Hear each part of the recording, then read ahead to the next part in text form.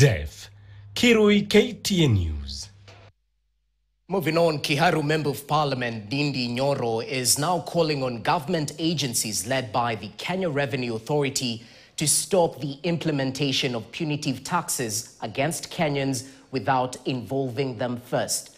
Speaking in Nyandarua County, Ndindi Nyoro, who chairs the Budget and Appropriations Committee in the National Assembly, seems to speak from both sides of his mouth, since his committee is the one charged with recommending new taxes.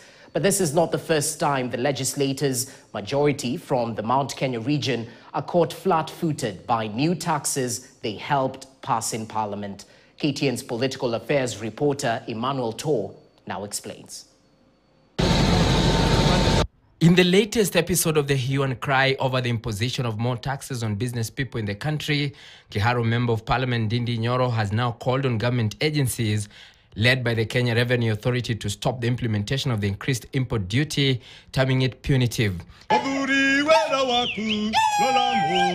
Speaking in Nyandarua County Sunday, Nyoro, who was accompanied by other legislators from the Mount Kenya region, said the taxes were weighing down on their constituents. Na nauliza all the government shirika zote za serikali kama KRA, na nauliza kwa heshima, as you do changes and especially increasing duty like the one we saw recently, it is important to do public participation.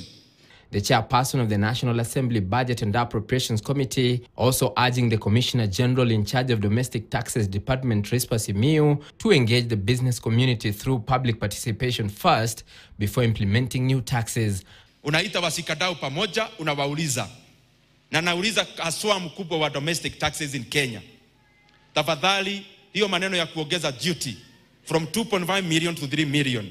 Tafadhali kwanza ukatisha hiyo maneno, ita wanabiashara, mukae nao chini, kwa sababu wengi walileta bidhaa kama dola iko juu sana, wanaumia hapo, na wakiongezwa hiyo duty kwa njia ya juu sana, wataweza kuuza hizo bidhaa na hasara, ama they pass over that cost to the consumers. However, while his comments touched on the plight of many Kenyans, it appears the chairperson of the powerful Budget and Appropriations Committee was caught up in the irony of his duties, since it is the committee that he chairs that prescribes new taxes that are then implemented by the taxman. Part of the duties of the National Assembly Budget and Appropriation Committee include to investigate, inquire into and report on all matters related to coordination, control and monitoring of the national budget, and also to evaluate tax estimates. But this is not the first time the scenario is experienced, coming just a few weeks after legislators from Murang'a County were up in arms over avocado taxes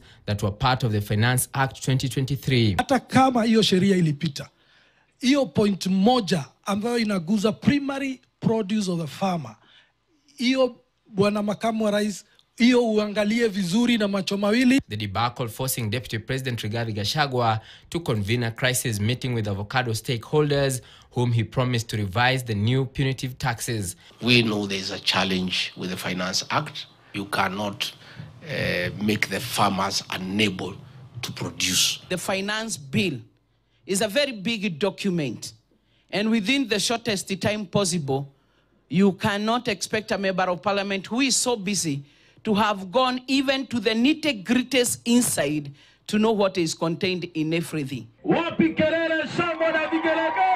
Nyoro has been on an unspecified mission in the past few months, crisscrossing the country with trips to the northern part of the country, to the Azimio la Umoja One Kenya leader Raila Odinga's Nyanza backyard, among other regions including the Mount Kenya region, with pundits arguing he was positioning himself for national politics weeks after a section of legislators from the Mount Kenya region endorsed him to run for the top job in 2032. Emmanuel Tor, KTN News, Nairobi.